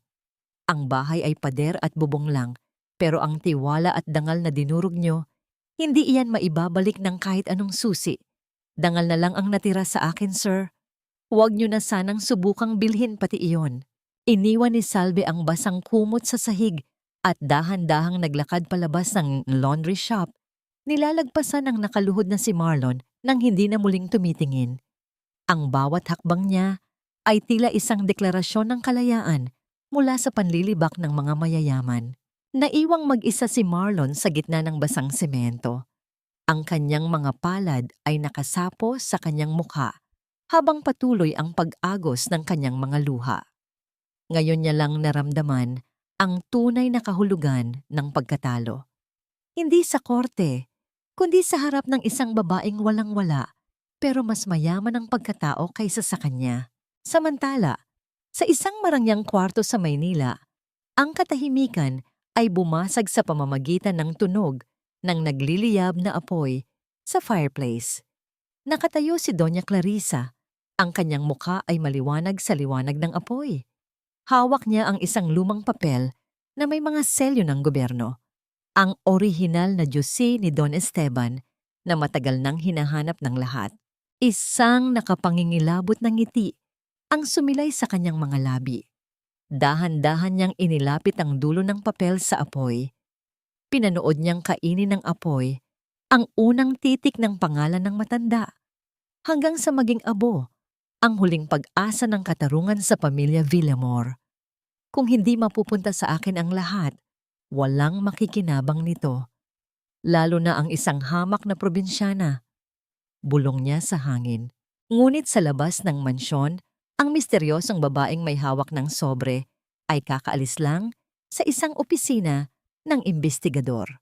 Ang nilalaman ng sobreng iyon ay hindi lamang tungkol sa pera, kundi tungkol sa tunay na dugong nananalaytay sa mga ugat ni Salve Rosario, isang katotohanang kayang yumanig sa buong pundasyon ng imperyong pinag-aagawan ni Clarissa. Sa ilalim ng balabal ng gabi sa isang tagong mansyon sa Forbes Park, malayo sa ingay ng syudad, ang paligid ay nababalot ng isang uri ng katahimikang nagbababadya ng unos. Sa loob ng isang silid na tanging isang maliit na lampara lamang ang nagbibigay ng liwanag, nakaupo si Don Esteban. Ang kanyang mukha ay tila isang ukit sa matigas na bato. Malalim ang mga linya ng pag-aalala, ngunit ang kanyang mga mata ay nag-aapoy sa isang bagong layunin. Hindi siya pumanaw. Siya ay pansamantalang nagkubli sa ilalim ng pangangalaga ng isang matapat na kaibigan at kasosyo sa negosyo. Bawat paghinga niya ay may kasamang plano kung paano babawiin ang imperyong binuo niya mula sa putik, bago ito tuluyang lamunin ng kasakiman ng sarili niyang kadugo. Samantala, bumalik si Marlon sa Maynila, na tila isang estranghero sa sarili niyang buhay. Wala na ang kislap sa kanyang mga mata. Pinalitan ito ng isang malamig at matalas na paningin na tila kayang humiwa sa kahit na anong kasinungalingan. Ang kanyang hitsura ay hulas. Ang kanyang mga pisngi ay tila lumubog sa labis na pagtatrabaho at puyat. Ngunit ang bawat galaw niya ay may tiyak na direksyon. Hindi siya natutulog. Bawat oras ay inilalaan niya sa paghalukay sa mga dokumento ng kumpanya na matagal nang itinago ni Clarissa.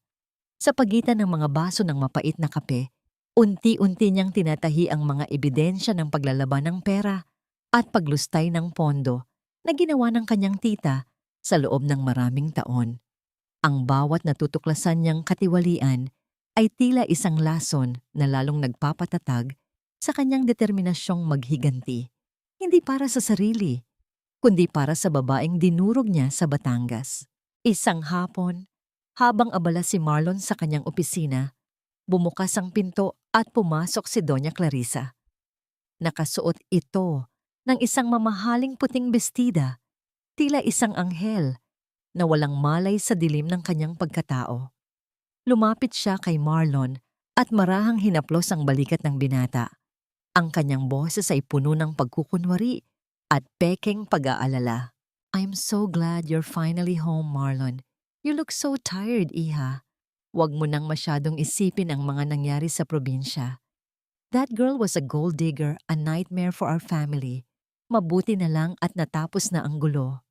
Wika ni Clarissa, ang bawat salita ay tila isang marahang hampas ng kuko sa sugat ni Marlon. Ngayon, kailangan nating maging matatag. Ang board meeting ay bukas na. We need to show them that the Villamor family is united. Kahit wala na ang lolo mo. Pinilit ni Marlon na hindi manginginig ang kanyang panga. Tumingin siya kay Clarissa at nagpakawala ng isang maliit, pilit na ngiti. Isang sining ng panlilinlang na natutunan niya sa loob ng korte.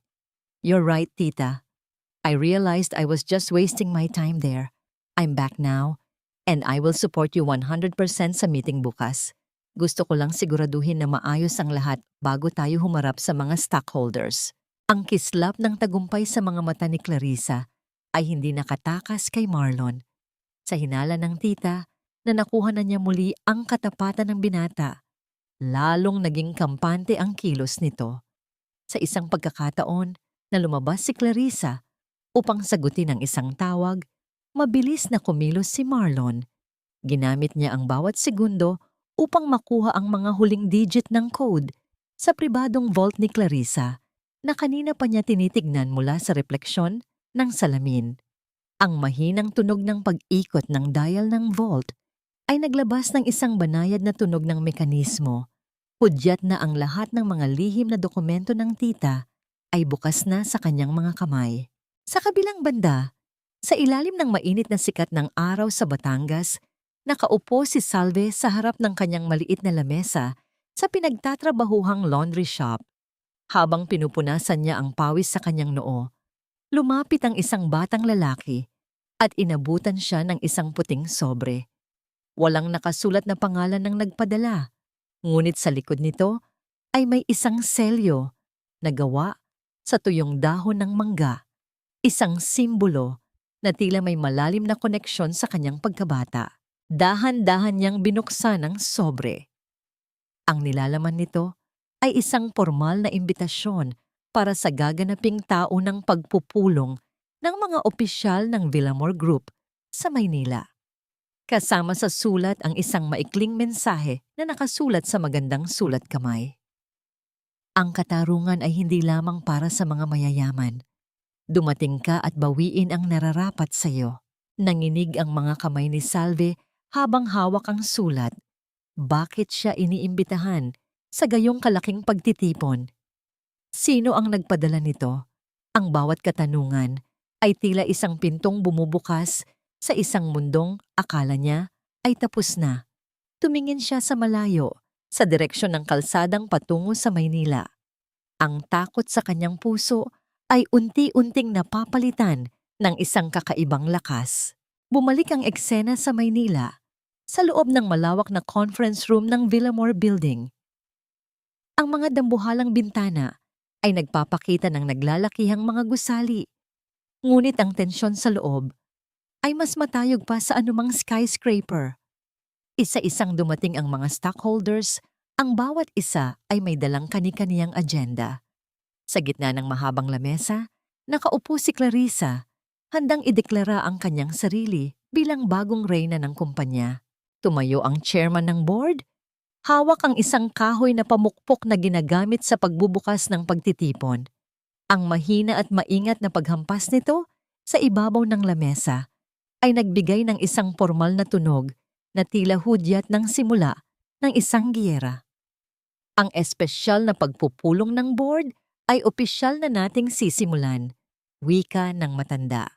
Ngunit bago pa man makapagsalita si Clarissa, mabilis na lumingon ang lahat sa pinto ng conference room na dahan-dahang bumukas. Isang anino ng isang tao ang lumitaw mula sa liwanag ng koridor. Isang presensyang hindi inaasahan ng sinuman sa silid na yon. Ang boses ni Doña Clarissa ay umaalingaw-ngaw sa buong silid, puno ng pekeng awtoridad at mapanlinlang na kaba. Nakatayo siya sa likod ng podium, ang kanyang mga kamay ay mahigpit na nakahawak sa mga gilid nito habang pinagmamasdan ang mga stockholders na tila mga tupa na handa niyang pabalikin sa koral. Napakasakit para sa akin ang tanggapin ang katotohanan ito. Simula ni Clarissa, ang kanyang tinig ay nanginginig sa kunwaring pighati. Ngunit bilang nag-iisang tagapagmana na may kakayahang mag-isip ng tama, kailangan kong aminin na si Don Esteban ay hindi nalulan ng kanyang sariling katinuan bago siya nawala. Ang kanyang mga huling desisyon ay naging mapanganib para sa ating kumpanya. Kaya naman, hinihingi ko ang inyong tiwala upang formal. Nahirangin ako bilang bagong chairman ng Villamor Group. Ngunit sa gitna ng kanyang mabulaklak na talumpati, ang malaking pinto ng conference room ay dahan-dahang bumukas. Ang lahat ng mata ay lumingon sa direksyong yon. Isang malamig na katahimikan ang biglang bumalot sa buong silid, na tila ba ang lahat ng hininga ay Sabay-sabay na napatid. Pumasok si Marlon. Ang kanyang mukha ay kasing tigas ng bakal. Walang bakas ng pag-aalinlangan. Ngunit hindi ang kanyang pagpasok ang nagpatigil sa mundo ng lahat. Itinutulak ni Marlon ang isang wheelchair kung saan nakaupo ang isang matandang lalaki na nakasuot ng isang formal na itim na suit. Ang tindig nito, kahit nakaupo, ay naglalabas ng isang kapangyarihang tanging si Don Esteban Villamor lamang ang mayroon. Ang mikroponong hawak ni Clarissa ay dahan-dahang dumulas mula sa kanyang nanginginig na mga daliri. Ang tunog ng pagtama ng mikropono sa sahig ay lumikha ng isang malakas at matining na ingay na bumasag sa katahimikan na tila hudyat ng pagtatapos ng kanyang paghahari. Napanganga si Clarissa, ang kanyang mukha ay nawalan ng kulay. Tila ba nakakita siya ng isang multong nagbalik mula sa kabilang buhay. Akala mo ba ay ganoon kadali mo akong mapapatahimik, Clarissa? Mahina ang boses ni Don Esteban, ngunit bawat salita ay tila kulog na dumagundong sa loob ng silid, dahilan upang walang sino man ang makapagsalita. Hindi nakapagsalita si Clarissa. Ang kanyang mga labi ay nanginginig ngunit walang tunog na lumalabas. Mabilis na humakbang si Marlon patungo sa gitna ng lamesa at marahas na inihagis ang isang makapal na folder sa harap ng mga board members. Ang mga dokumento ay nagkalat. Nagpapakita ng mga transaksyong matagal nang itinatago sa dilim. Narito ang lahat ng ebidensya. Pahayag ni Marlon, ang boses ay puno ng puot at paninindigan. Ang mga palsipikadong pirma, ang mga ilegal na paglilipat ng pondo sa mga dummy accounts ni Clarissa at ang record ng mga gamot na ibinibigay niya kay Lolo upang palitawin itong baliw. Lahat ng ito ay nakuha ko mula sa mismong pribadong vault ng aking tita. Ang mga stockholders ay nagsimulang magbulungan. Ang kanilang mga mukha ay napuno ng galit at pagkabigla. Ang mga taong kanina lamang ay tumatango sa bawat salita ni Clarissa ay ngayon ay tumingin sa kanya nang may matinding pandidiri. Bumukas muli ang pinto at pumasok ang 4 na opisyal ng pulisya na nakasuot ng kanilang asul na uniforme. Ang tunog ng kanilang mga sapatos sa semento ay tila isang martsa ng katarungan. Lumapit ang isa sa kanila kay Clarissa at inilabas ang isang pares ng malamig na bakal na posas. Doña Clarissa Villamor, inaaresto ka sa kasong estafa, falsification of documents, at frustrated murder, wika ng opisyal. Doon na tuluyang bumigay ang maskara ni Clarissa. Ang kanyang marangyang anyo ay napalitan ng isang anyong nakapangingilabot. Nagsimula siyang humiyaw ng walang pakundangan. Ang kanyang mga mata ay nanlilisik habang pilit na kumakawala sa mga pulis. Mga hayop kayo. Ako ang nagligtas sa kumpanyang ito. Wala kayong alam. Sigaw niya, ang boses ay naging paos at puno ng kamandag. Marlon, traidor ka. Niloko mo ako at ikaw matanda ka. Dapat ay matagal ka nang mamatay. Ang kanyang mga chismis at pagmamanipula ay wala nang silbi sa harap ng katotohanan. Dinala siya ng mga pulis palabas ng conference room habang patuloy siyang nagwawala. Ang bawat sigaw niya ay unting humihina habang inilalayo siya sa bulwagan. Iniiwan ang isang malalim na bakas ng kahihiyan sa pangalan ng pamilya. Nang mawala na ang ingay, muling naging tahimik ang silid. Tumingin si Don Esteban sa mga taong nasa harap niya. Ang kanyang mga mata ay puno ng pagod at hapis. Pinagmamasdan niya ang bawat isa. Tila tinitimbang kung sino pa ang karapat-dapat na manatili sa kanyang tabi. Maraming salamat, Marlon.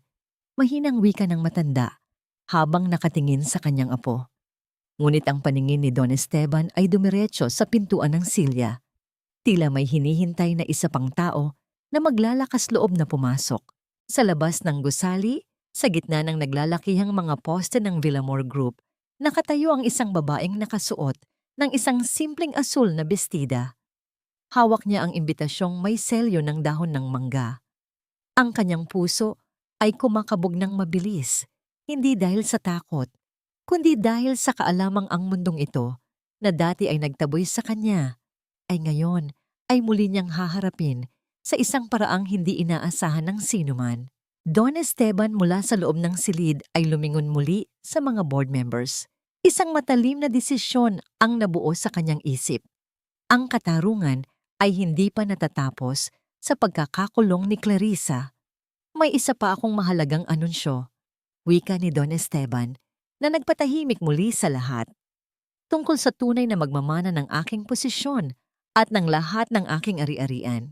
Akala mo ba ay matatakasan mo ang utang mo sa akin, Salve? Ang isang pusakal na magnanakaw ay hinding-hindi magiging prinsesa kahit anong bihis ang gawin sa kanya. Ang boses ni Aling Perla ay pumailan lang sa marangyang lobby ng Villamor Group, bumasag sa disente at tahimik na kapaligiran ng mga opisina.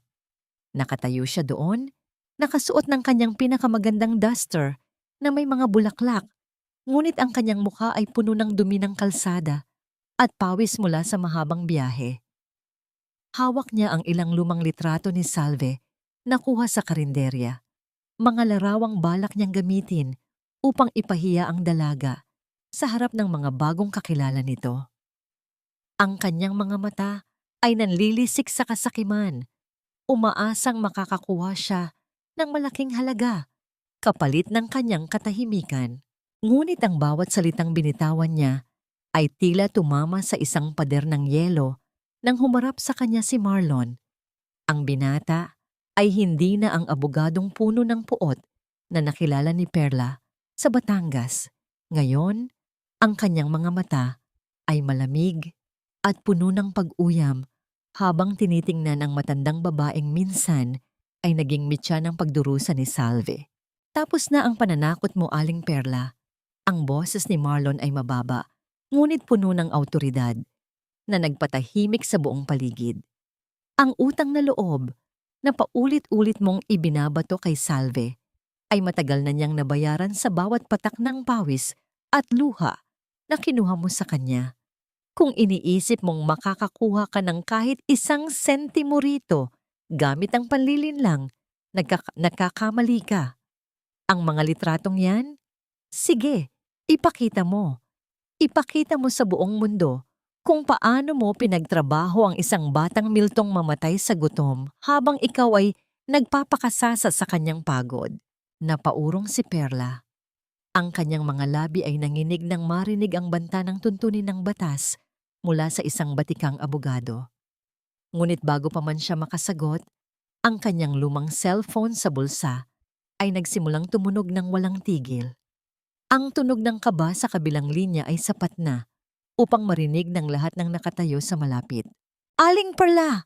Ang karinderya niyo! Nasusunog! Ang sigaw ni Elsa mula sa kabilang linya ay puno ng takot.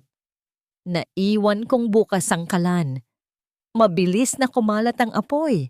Sa mga dingding na kahoy, wala na tayong nailigtas, Aling Perla. Ubos na ang lahat. Dahan-dahang nalaglag ang cellphone mula sa kamay ni Perla. Bumagsak sa makinis na sahig ng lobby. Ang kanyang buong katawan ay tila nawalan ng buto habang dahan-dahan siyang napaluhod. Ang lahat ng kanyang pinaghirapan, ang karinderyang naging simbolo ng kanyang kapangyarihan sa mga dukha, ay abona. Ang karma na matagal nang nag-aabang sa dilim ay tuluyan ng sumaklot sa kanyang buhay sa gitna ng kanyang pinakamalaking kasalanan. Eksaktong sa sandaling iyon, dahan-dahang bumukas ang malaking glass door ng lobby. Pumasok si Salve, nakasuot ng simpleng asul na bestida. Ang kanyang mukha ay malinis at payapa. Nakita niya si Aling Perla na nakaluhod sa sahig, umiiyak at nagmamakaawa sa kawalan. Ang babaeng dati ay kinatatakutan niya. Ang babaeng itinuring siyang basura ay ngayon ay isang kaawa-awang anino na lamang. Hindi lumapit si Salve upang mang-insulto. Hindi rin siya lumapit upang magpatawad ng ganap. Sa halip, kinuha niya ang isang brown bag mula sa kanyang daladala. Isang simpleng kahon ng mainit na kanin at ulam na binili niya sa tabi ng kalsada kanina. Inilapag niya ito sa tapat ng nakaluhod na matanda. Wala na po tayong utang sa isa't isa, Aling Perla. Tahimik na wika ni Salve. Iyan ang huling pagkaing ibibigay ko sa inyo. Magsimula kayo muli. Pero huwag na huwag niyo nang gagawin sa iba ang ginawa niyo sa akin.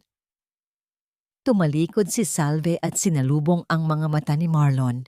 Isang tipid ng ngiti ang ibinigay ng binata sa kanya, isang hudyat ng paggalang sa kanyang katatagan. Ngunit ang sandali ng kanilang pagkakaisa ay mabilis na nabura ng isang malakas na tawag mula sa itaas na palapag. Isang nurse ang nagkandarapang bumaba mula sa elevator, ang kanyang mukha ay maputla at puno ng takot. Attorney Marlon, si Don Esteban. Bigla siyang nawalan ng malay sa loob ng conference room. Hindi na siya humihinga. Ang ligaya ng kanilang tagumpay ay tila biglang binura ng isang madilim na tabing. Mabilis na tumakbo si Marlon patungo sa elevator habang si Salve ay naiwang nakatayo sa gitna ng lobby. Ang kanyang puso ay tila tumigil sa pagtibok. Ang matandang lalaking itinuring niyang lolo, ang tanging nagbigay sa kanya ng pagkakataong mabuhay ng may dangal, ay muling kinuha ng kamatayan. Nang makarating sila sa itaas, ang tanging narinig nila ay ang nakabubulag na katahimikan sa loob ng silid. Ang punong doktor ay dahan-dahang umiling habang inilalayo ang kanyang stethoscope mula sa dibdib ng bilyonaryo. Isang puting kumot ang dahan-dahang itinaas upang takpan ang mukha ni Don Esteban Villamor. Nabitawan ni Salve ang kanyang bag. Ang tunog ng pagbagsak nito sa sahig ay tila ang huling hininga ng kanyang pag-asa.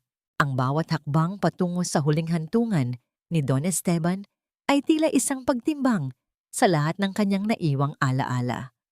Sa ilalim ng makulimlim na kalangitan ng Maynila, ang libing ng bilyonaryo ay hindi naging magarbo. Ayon na rin sa huling hiling na nakasulat sa kanyang testamento. Tanging ang mga taong tunay na nagmahal sa kanya ang naroon. Si Marlon na hindi mapatid ang pag-iyak sa tabi ng kabaong at si Salve na nakatayo sa likuran, tahimik na nagdarasal habang hawak ang isang puting rosas. Ang bawat pagbagsak ng lupa sa ibabaw ng kabaong ay tila isang mabigat na pagsasara ng isang kabanata ng kanilang buhay. Makalipas ang ilang araw, ang pagbasa ng huling testamento ni Don Esteban ay ginanap sa kanyang pribadong opisina. Ang lahat ay nakatitig sa abogado habang dahan-dahan nitong binubuksan ang mga selyadong papeles. Sa kabila ng lahat ng ginto at ari-arian ng pamilya Villamor, may isang espesyal na bahagi ang matanda para kay Salve. Hindi siya binigyan ni Don Esteban ng milyon-milyong piso na maaari niyang gastusin sa luho. Sa halip, itinalaga siya bilang chairman ng Proyekto Liwanag, isang malawak na pundasyon na nakatuon sa pagtulong sa mga biktima ng pang-aabuso, mga may sakit na walang pambayad sa ospital, at mga pamilyang nawalan ng tirahan. Ang tunay na kayamanan ay hindi nasusukat sa laman ng iyong bulsa, kundi sa kung ilang buhay ang iyong nabago.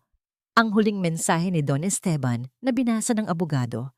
Ang mga salitang yon ay tila isang mainit na yakap sa puso ni Salve, nagbibigay sa kanya ng isang bagong dahilan upang bumangon at magpatuloy.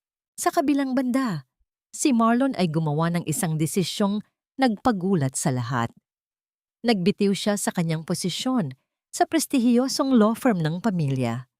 Sa halip na ituloy ang kanyang karera sa korporasyon, pinili niyang maging legal counsel ng pundasyon ni Salve nang walang tinatanggap na sweldo. Sa bawat araw na lumilipas, pinili ni Marlon na manatili sa likuran ni Salve. Hindi siya nagmamadaling humingi ng tawad. Alam niyang ang tiwala ay hindi hinihingi. Ito ay pinaghihirapan. Ang bawat dokumentong kanyang inihahanda at bawat kasong kanyang ipinaglalaban para sa mga mahihirap ay tila isang tahimik na pag-aalay para sa lahat ng kanyang pagkakamali. Isang hapon, nagpasya si Salve na bumalik sa Batangas upang bisitahin ang kanyang lumang tahanan. Sa kanyang pagbaba mula sa sasakyan, nanlaki ang kanyang mga mata sa kanyang nasilayan. Ang bahay na dati ay nakakandado at pinabayaan sa ulan ay muli nang nakatayo ng matibay. Ang mga dingding ay bagong pintura ng puti. Ang bubong ay wala na ni isang butas at ang bakod ay pinalibutan ng mga namumukadkad na bulaklak. Dahan-dahan siyang pumasok sa loob.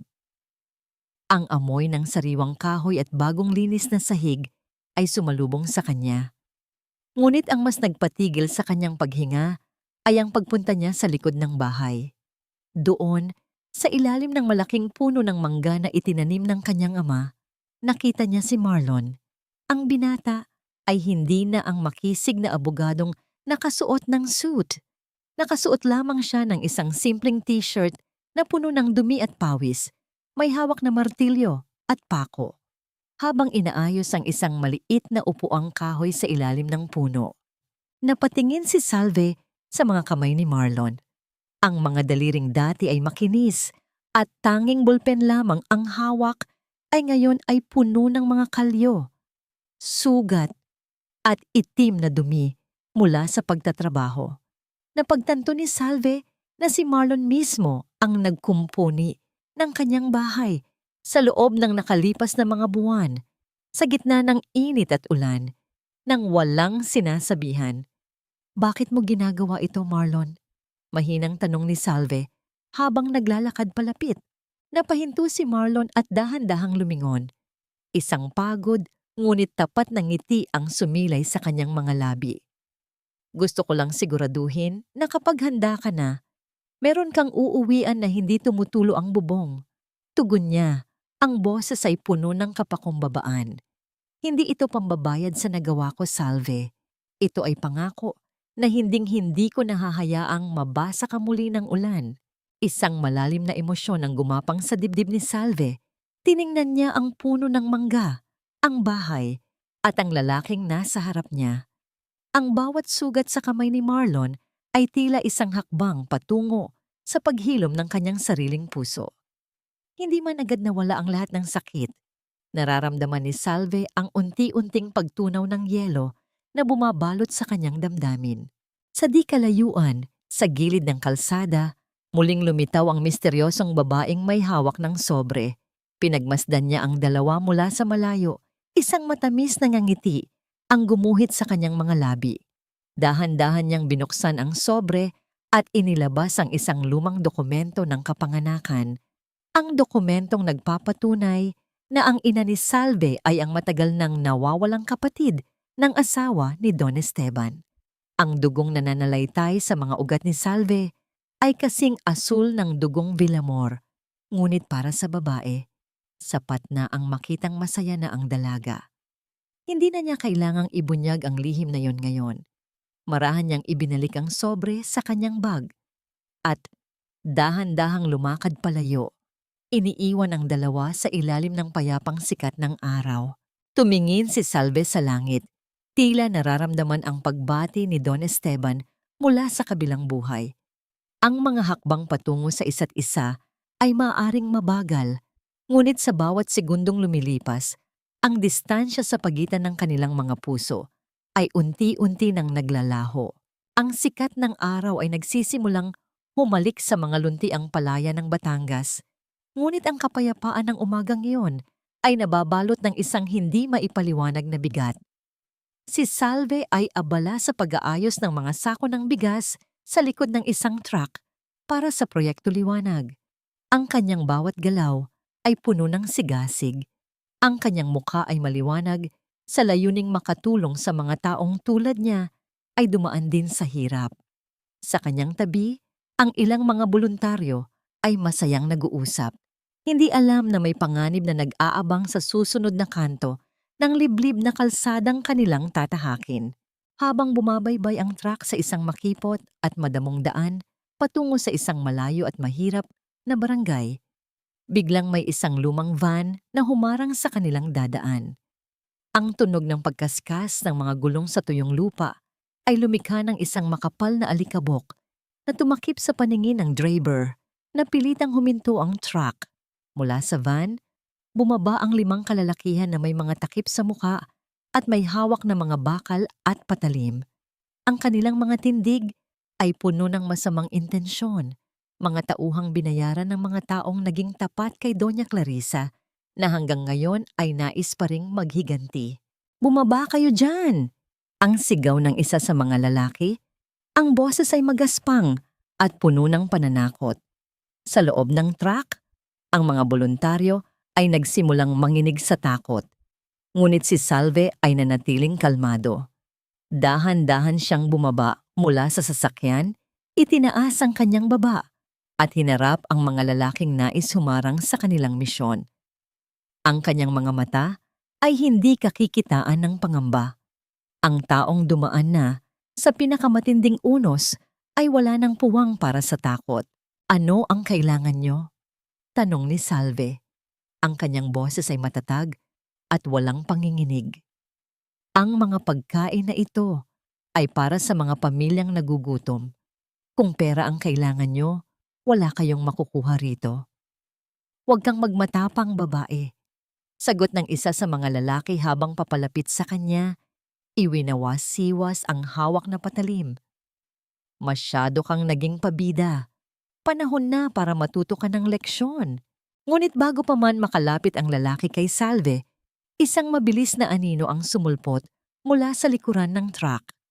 Si Marlon, na kanina pa palihim na sumusunod gamit ang sariling sasakyan upang masiguro ang kaligtasan ni Salve, ay mabilis na humarang sa gitna. Ang binata ay hindi na ang abogadong maingat sa kanyang hitsura. Ang kanyang mga mata ay nanlilisik sa galit. Ang kanyang panga ay nagigiting sa paghahanda sa isang laban na hindi dadaanin sa mga batas at dokumento. Huwag niyo siyang hahawakan. Ang boses ni Marlon ay tila isang babala mula sa isang leon na handang pumatay. Isang madugong kaguluhan ang sumiklab. Si Marlon, na walang hawak na anumang sandata, ay nakipagbuno sa tatlong lalaki nang sabay-sabay. Ang bawat suntok at sipa na kanyang ibinibigay ay puno ng lakas na nanggagaling sa kanyang pagnanais na protektahan ang babaeng mahal niya. Ang tunog ng mga katawang bumabagsak sa matigas na lupa at ang hingal ng mga lalaking naglalaban ay pumuno sa paligid. Hindi inalintana ni Marlon ang mga tama ng bakal sa kanyang likod at balikat. Sa mga sandaling iyon, hindi siya isang Villamor, kundi isang lalaking handang ibuwis ang buhay para sa kanyang iniibig. Sa gitna ng kaguluhan, nakita ni Marlon na ang isa sa mga lalaki ay mabilis na sumusugod kay Salve na may hawak na matulis na patalim. Walang pag-aalinlangan, mabilis na tumakbo si Marlon at sinalag ang saksak na para sana sa dalaga. Naramdaman ni Marlon ang hapdi ng malamig na bakal na bumaon sa kanyang braso hanggang sa tagiliran. Isang mahapding pananakit ang gumuhit sa kanyang katawan, ngunit hindi niya hinayaang makalapit pa ang lalaki. Gamit ang huling lakas, itinulak niya ito ng malakas hanggang sa tumama ang ulo nito sa katawan ng truck. Nang marinig ang papalapit na tunog ng sirena ng pulisya na tinawagan ng isa sa mga boluntaryo, mabilis na nagkandara pa ang mga lalaki pabalik sa kanilang van at pinasibat ito palayo. Iniiwan ang bakas ng usok at alikabok. "Marlon!" Ang sigaw ni Salve ay puno ng matinding pighati. Sinalon niya ang nanghihinang katawan ni Marlon bago pa ito tuluyang bumagsak sa lupa. Nanginginig ang mga kamay ni Salve habang nakikita ang mabilis na pag-agos ng pulang likido mula sa tagiliran ni Marlon. Binabasa ang puting t-shirt nito. Ang lahat ng galit at pader na itinayo ni Salve laban sa binata ay tila gumuho sa isang iglap. Wala siyang ibang nararamdaman kundi ang takot na mawala ang lalaking ito na naging mitya ng kanyang sakit, pero siya ring naging tanging tagapagtanggol niya sa gitna ng panganib. "Bakit mo ginawa iyon? Bakit?" Ang boses ni Salve ay napalitan ng hikbi. Mabilis niyang pinunit ang laylayan ng kanyang sariling bestida upang gawing pansamantalang benda sa sugat ni Marlon. Ang bawat hagod ng kanyang kamay sa balat ng binata ay puno ng pag-aalaga at pagmamahal na matagal niyang itinago. Pilit nang ngumiti si Marlon kahit na ang kanyang muka ay namumutla na sa sakit. "Ayaw ko lang na mabasa ka muli ng ulan, Salve. Kahit anong mangyari, hinding-hindi ko hahayaang masaktan ka muli." Dahan-dahang idinikit ni Salve ang kanyang noo sa noo ni Marlon. Ang kanilang mga hininga ay nagahalo sa gitna ng katahimikan ng kalsada. Ang init ng dugo ni Marlon na dumidikit sa kanyang mga kamay ay tila isang selyo ng pagpapatawad na hindi na kailangan pang dumaan sa mga salita. Sa mga sandaling iyon, tanging ang tibok ng kanilang mga puso ang nag-uusap. Isang usapang puno ng pangakong hinding-hindi na sila muling magkakawalay. Nang dumating ang ambulansya, mahigpit pa ring nakahawak si Salve sa kamay ni Marlon habang isinasakay ito sa stretcher. Ang paglalakbay patungo sa ospital ay tila isang mahabang panalangin, isang hiling na bigyan pa sila ng pagkakataong ayusin ang lahat ng kanilang nasimulan. Sa loob ng silid ng ospital, ang tanging maririnig ay ang mahinang pag-ugong ng aircon at ang regular na pagtibok ng monitor na nagbabantay sa kalagayan ni Marlon. Ang dilim sa labas ng bintana ay tila isang malambot na kumot na bumabalot sa buong gusali, habang ang liwanag mula sa isang maliit na lampara sa tabi ng kama ay nagbibigay ng madilaw at mainit na kulay sa paligid. Nakaupo si Salve sa isang silya sa tabi ng kama. Ang kanyang mga mata ay hindi maialis sa mukha ng lalaking nagbuwis ng buhay para sa kanya. Hawak ni Salve ang isang makapal na sobre na iniabot ng abogado ni Marlon bago ito umalis. Dahan-dahan niyang binuklat ang mga pahina sa loob. Ito ay isang kontrata ng Nyong Kwentaysan, isang dokumentong nagsasabing sa oras na may mangyari kay Marlon, ang lahat ng kanyang natitirang kayamanan, ang kanyang mga personal na ipon, at maging ang mga lupang nakuha niya sa kanyang sariling pagtatrabaho ay mapupunta lahat kay Salve. Hindi ito para sa pundasyon. Ito ay para sa kanya, bilang personal na pag-aari. May kasama rin itong isang maikling sulat na may pirma ni Marlon na isinulat bago pa man ang naganap na ambus. Para ito sa lahat ng gabing wala kang masilungan dahil sa akin. Ang basa ni Salve sa huling bahagi ng sulat.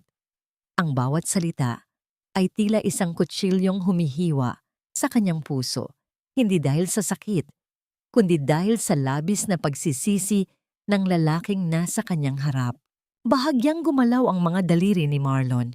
Dahan-dahan niyang iminulat ang kanyang mga mata at ang unang nasilayan niya ay ang malungkot, ngunit mapagmahal na tingin ni Salve. Pinilit niyang gumalaw, ngunit ang kirot sa kanyang tagiliran ay naging dahilan upang mapangiwi siya. Agad na tumayo si Salve, inilapag ang mga papeles at marahang hinawakan ang balikat ni Marlon upang pigilan ito. "Huwag kang malikot, Marlon." Ang boses ni Salve ay puno ng pag-aalala. May kasamang bahagyang panunumbat. "Sariwa pa ang tahi mo. Bakit mo ba ginawa yon? Hindi mo naman kailangang ibigay ang lahat sa akin. I don't need the money, Marlon. Ang kailangan ko ay ikaw na ligtas." Tumingin si Marlon sa kanya. Ang kanyang mga mata ay maputla, ngunit puno ng kakatapatan. "I felt so unworthy, Salve. Noong nakita kita sa laundry shop, naisip ko na kahit anong gawin ko, hindi sapat ang lahat ng pera ko para pawin yung sakit na idinulot ko sa'yo. I just wanted you to have a choice to never be hungry or homeless again, even if I'm not around." Nanginig ang mga labi ni Salve. Hindi na niya napigilan ang sarili. Dahan-dahan niyang kinuha ang kamay ni Marlon at hinawakan ito ng mahigpit. Ang kanyang mga daliri ay sumasaliw sa mga kalyo sa palad ng binata. "Hindi mo ba naintindihan? Ang bahay na inayos mo, ang bawat pako na ibinaon mo doon. Yun ang mas mahalaga sa akin. Ang presensya mo, Marlon. I have forgiven you a long time ago. Hindi ko lang maamin sa sarili ko dahil natatakot akong masaktan ulit." Isang malalim na katahimikan ang namayani sa pagitan nila. Isang katahimikang hindi na kailangan ng mga salita. Dahan-dahang iniangat ni Salve ang kanyang katawan at marahang yumakap kay Marlon. Maingat ang kanyang bawat galaw. Sinisiguradong hindi tatama ang kanyang bigat sa sugatang bahagi ng katawan ng binata. Ito ang kanyang golden moment, ang paraan ng kanyang pagyakap na tila ba hawak niya ang pinakamahalagang kayamanan sa mundo. puno ng pag-iingat at pag-ibig. Isinandal ni Marlon ang kanyang ulo sa balikat ni Salve. Nalanghap niya ang amoy ng sabon at ang pamilyar na bango ng dalaga na nagpapaalala sa kanya ng kapayapaan. Ang kanyang mainit na hininga ay dumadampi sa leeg ni Salve, nagbibigay ng kakaibang kilabot na nagpapabilis sa tibok ng puso ng dalaga. Sa mga sandaling iyon, ang kanilang mga puso ay tila tumitibok sa iisang ritmo. Ang lahat ng ingay ng mundo, ang lahat ng galit ng nakaraan, ay tuluyan ng naglaho. Bakit ka umiiyak? Bulong ni Marlon habang nararamdaman ang bahagyang panginginig ng mga balikat ni Salve.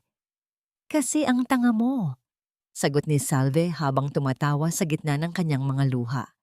Sabi mo sa akin dati, hindi lahat ng bagay nabibili ng pera. Pero ikaw, muntik mo nang ibigay pati buhay mo. Bago mamatay si Lolo Esteban, may binulong siya sa'yo, di ba? Ano yon? Ngumiti ng tipid si Marlon. Ang kanyang kamay ay marahang humahaplos sa buhok ni Salve. Sabi niya, Marlon, ang mga Villamor ay magaling sa negosyo, pero ang puso natin ay palaging bulag. Kapag nakakita ka ng isang taong handang mamatay para sa 5 piso, huwag mo na siyang pakakawalan dahil siya lang ang makakapagturo sa'yo kung paano mabuhay. Humiwalay ng bahagya si Salve at tiningnan si Marlon sa mga mata. Ang liwanag ng lampara ay nagpapakita ng pag-asang matagal nang nawala sa kanila. I'm not going anywhere, Marlon. Dito lang ako. Hinila ni Marlon ang mukha ni Salve palapit sa kanya. Ang kanilang mga noo ay magkadikit. Ang kanilang mga mata ay nag-uusap ng mga pangakong panghabambuhay. Dahan-dahan, ang mundo ay tila naglaho sa dilim. Iniiwan silang dalawa sa init ng kanilang pagmamahalan. Isang pagmamahalang dumaan sa apoy ng pagsubok bago naging purong ginto. Isang taon ang mabilis na lumipas. Sa gitna ng isang malawak na hardin sa Batangas, nakatayo si Salve sa harap ng isang bagong gusali. Ito ang tahanan ng pag-asa, isang shelter para sa mga batang mamatay sa gutom sa kalsada. Libo-libong tao ang naghihintay sa kanyang talumpati. Ang mga palakpakan ay umaalingaw-ngaw sa buong paligid. Ngunit habang tumatayo si Salve sa podium, ang kanyang mga mata ay patuloy na naghahanap sa harapang hanay ng mga upuan. Ang upuang may nakasulat na Attorney Marlon Villamor ay bakante. Isang kakaibang kaba ang gumapang sa dibdib ni Salve. Nasaan ang lalaking nangakong hinding-hindi na siya hahayaang maglakad ng mag-isa sa ilalim ng ulan? Ang ingay ng palakpakan ay umaalingaw-ngaw sa buong bakuran ng tahanan ng pag-asa. Ngunit para kay Salve, ang lahat ng yon ay tila malabong bulong lamang sa kanyang pandinig. Ang kanyang mga mata ay nananatiling nakatuon sa bakanteng upuan sa unahan. 1 taon na ang lumipas mula nang huli niyang maramdaman ang panganib ng kamatayan. At sa bawat araw ng taong iyon, si Marlon ang naging anino at liwanag sa kanyang tabi. Bakit sa pinakamahalagang araw ng kanyang pangarap, wala ang lalaking nangakong magiging saksi sa kanyang tagumpay? Tinapos ni Salve ang kanyang talumpati nang may bahagyang panginginig sa boses. Nagpasalamat siya sa mga donasyon, sa mga voluntaryo, at sa alaala ni Don Esteban. Ngunit ang kanyang puso ay wala sa mga salitang binibitawan. Matapos ang seremonya ng pagputol ng laso, mabilis siyang nagpaalam sa mga panauhin. Hindi na siya nag-aksaya ng oras.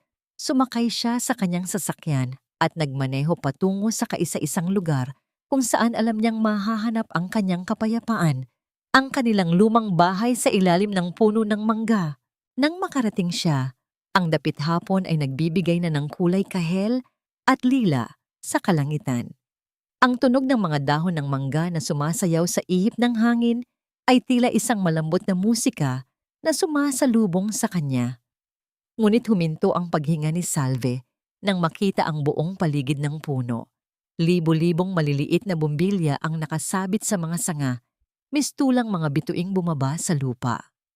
Ang mga alitap-tap ay nagliliparan din sa paligid, nagbibigay ng isang mahiwagang liwanag na tila nagmumula sa isang panaginip. Sa gitna ng liwanag na yon, nakatayo si Marlon. Hindi siya nakasuot ng mamahaling suit na madalas niyang gamitin sa Maynila. Nakasuot lamang siya ng isang malinis na puting barong Tagalog na yari sa pinong tela. Ang kanyang mukha ay payapa at puno ng matinding pag-ibig. Sa kanyang mga kamay, hawak niya ang isang maliit na kahon na gawa sa pilus. Marlon, akala ko kung ano nang nangyari sa'yo. Ang boses ni Salve ay puno ng relief at bahagyang inis.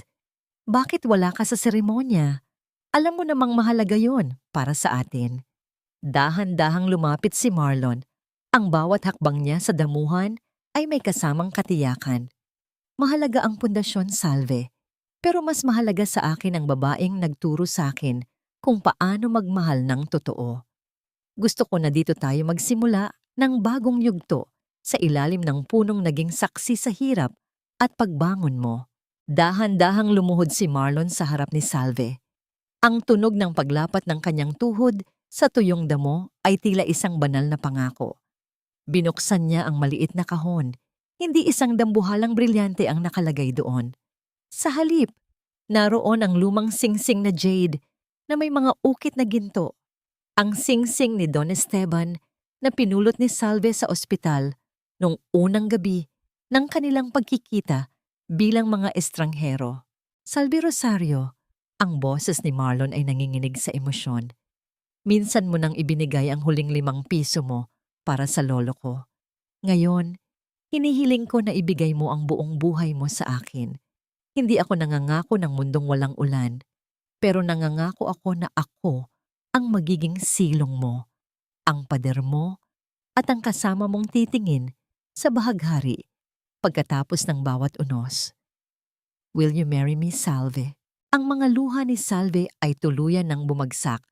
Ngunit sa pagkakataong ito, hindi ito dahil sa pighati o kawalan ng hustisya. Ito ay mga luha ng wagas na kaligayahan. Tumango siya ng paulit-ulit, hindi na makahanap ng mga salita sa loob ng kanyang nag-uunahang damdamin. Yes, Marlon, yes.